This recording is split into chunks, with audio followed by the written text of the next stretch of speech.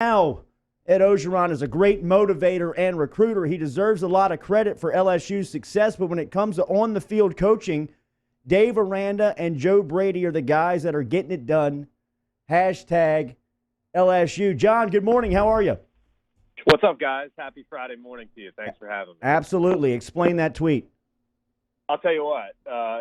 For me, when I think about LSU and this transformation in 2019, I look at Joe Brady and I think that he's the guy that is 100% responsible for this.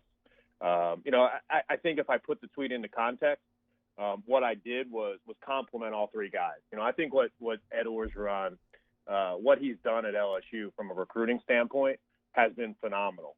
The whole idea of hold that tiger and that mantra that he's used ever since he's gotten the full-time job down in Baton Rouge, I think what he's been able to do, keeping kids in state, really building that program and doing well, not only getting 18-year-old, 17-year-old kids to come play for LSU, going out there and finding coaches like Dave Aranda, finding coaches like Joe Brady. Aranda was on staff, and Orgeron made the right decision, guys, and you know this, to keep him around and remain the defensive coordinator. He's getting $10 million guaranteed. That's ridiculous at a coordinator position. So you know how important Dave Aranda is to this staff. And Joe Brady, the performance on the field by Joe Burrow and that offense speaks for itself. So I think the way that I worded the tweet kind of came off as a backhanded compliment to Ed Orgeron, that he's not a good on-field coach. And I think that's fair. I think people got upset about that, but I'll stand by it.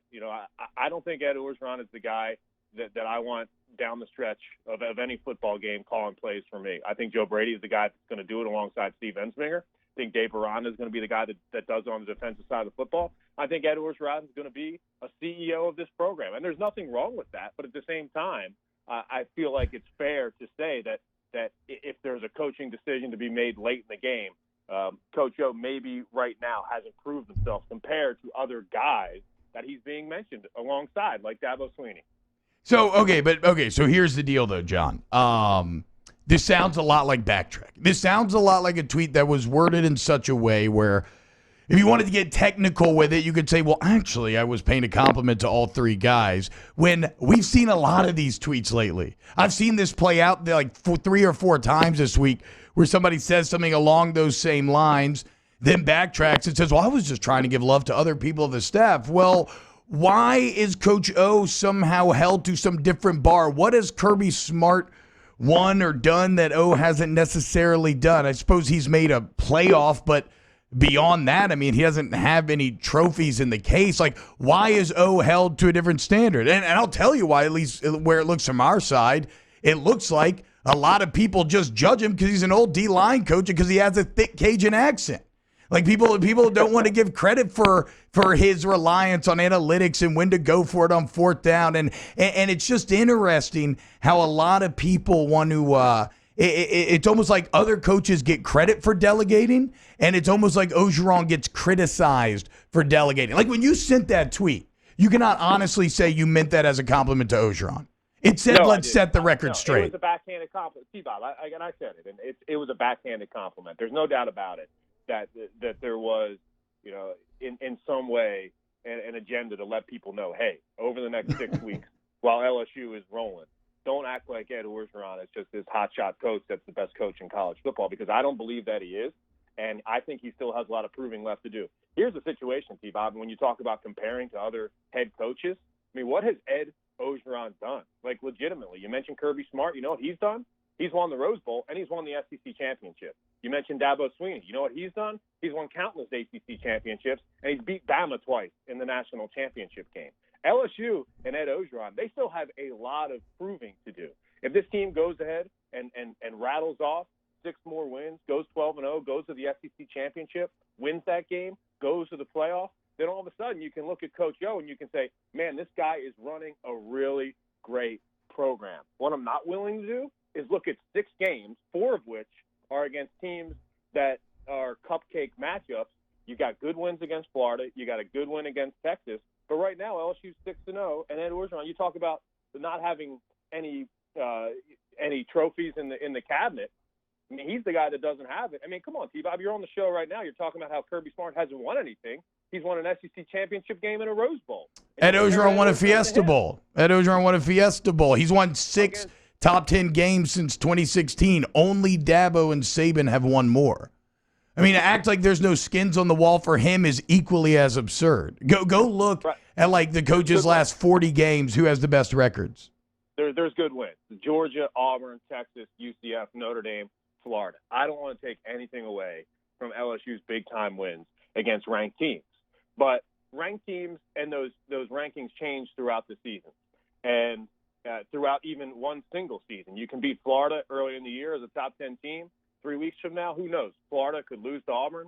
Florida could lose to Georgia. And that win 4 weeks from now doesn't look as strong. You can play that game with anybody. Yeah, we can play all day. And through the first 40 games, he's 31-9. And I think we could argue, or I don't think it is arguable, on the program that Kirby Smart took over and the program that Ed Orgeron took over.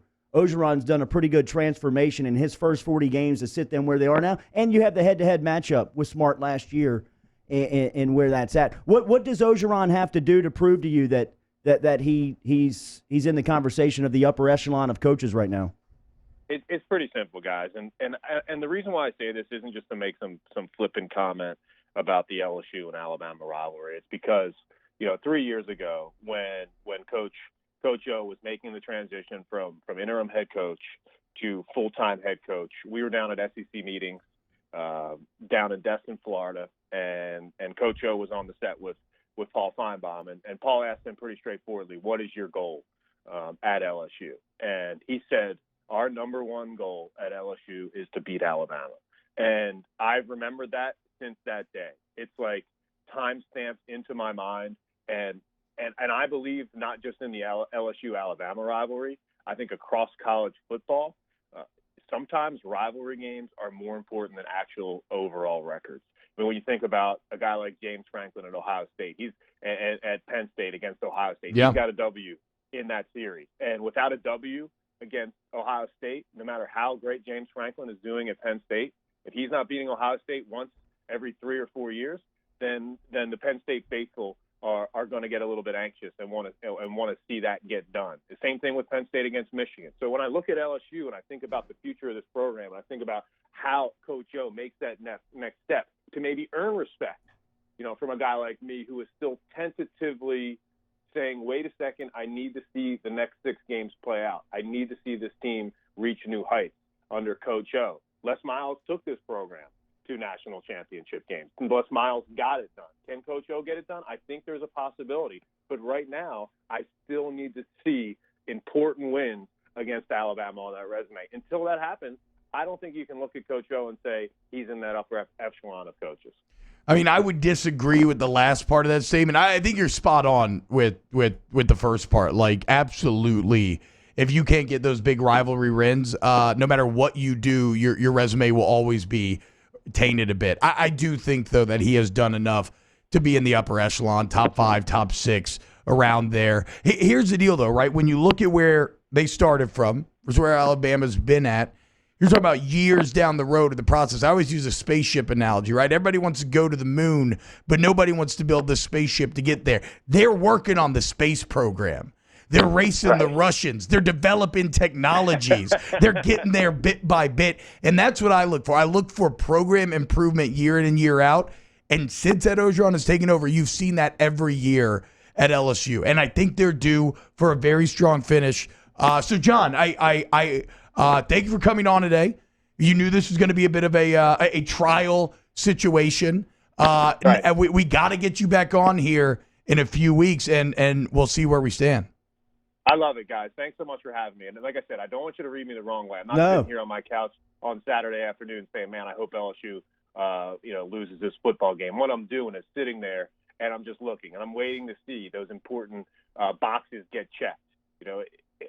Saturday, down the line in Tuscaloosa against Alabama and Nick Saban, I think of all the years, guys, and I think you might agree with me, of all the years of the last 5-6 years, this is the best opportunity for LSU to beat Alabama. There's no doubt about it. That Bama defense is vulnerable, and what LSU is doing on offense right now, unbelievable. I'm looking forward to that game. I think that's going to be the highest rated best football game of the season, LSU Atlanta. No doubt about Love it. it. And look, in those first 40 wins, 7 have come against top 10 opponents. John, we really appreciate you coming on with us this morning, man. Oh, by the way, I love The Athletic. I love it. Y'all are doing great work over there. Keep it up. And it's Aranda. Put Aranda.